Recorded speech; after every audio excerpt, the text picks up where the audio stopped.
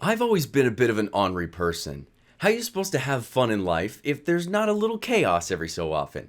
But I have done some things that, looking back, were not so smart, and I wanted to share a story with you about that today. If you've noticed, a lot of these stories I'm trying to tell are in chronological order, so I'm going through the ones in high school first before I move on to stuff afterward. This one also happened in high school. So there I was, walking through the school hallway, and at this point, it was mostly empty. There wasn't really a lot of kids around. Most people had already made it to their class.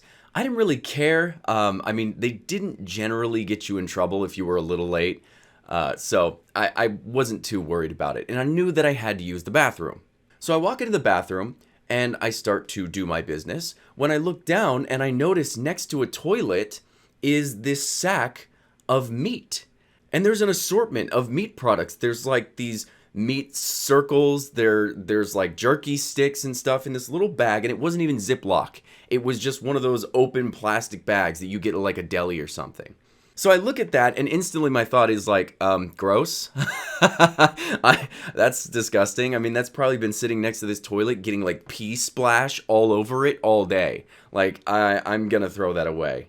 So I pick it up, I wash my hands, and I walk over to the trash and realize that the trash is not only full, but it's overflowing.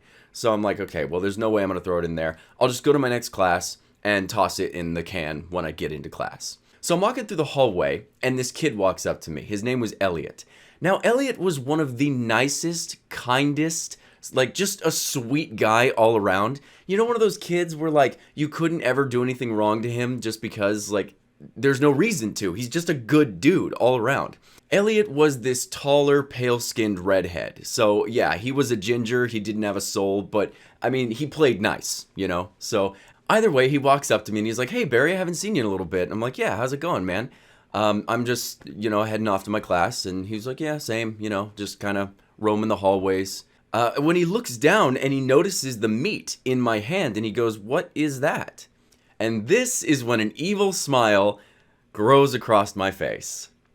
I looked down at it and I could have told the truth, but instead I said, oh, yeah, well, my father went hunting a few weeks ago and he always makes me little snacks after his kill, so I've just been carrying this around." He goes, "Really?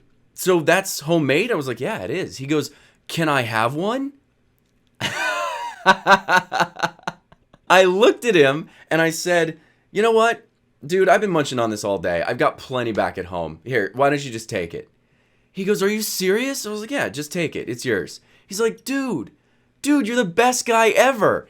The dude gives me a hug, takes the meat, and walks off. I don't know why that satisfied me. I was completely happy with that situation. Now, I never told Elliot that I had done this to him until the end of the year. We're signing yearbooks, passing them around, and Elliot walks up to me. So I get into his yearbook, I flip to a back page, and I start writing, "Have a good summer, man. I'm glad you didn't die. By the way, there's something I gotta tell you." And I wrote what I did in his yearbook. The next year, the first day we show up to school, Elliot finds me. This sweet ass guy finds me, walks up to me, and punches me in the arm as hard as he could and says, "I read what you wrote in my yearbook." Oh, man. In all honesty, I definitely deserve that. I mean, I don't know how long that meat had been there. Again, I don't know if there were pee splashes on it or worse. It could have done severe damage to him. So don't ever do that. That was really messed up. But yeah, bit of a douche in high school. I guess that's the cool thing about being chaotic. You never know who you're gonna meet. That was stupid. Bye, guys.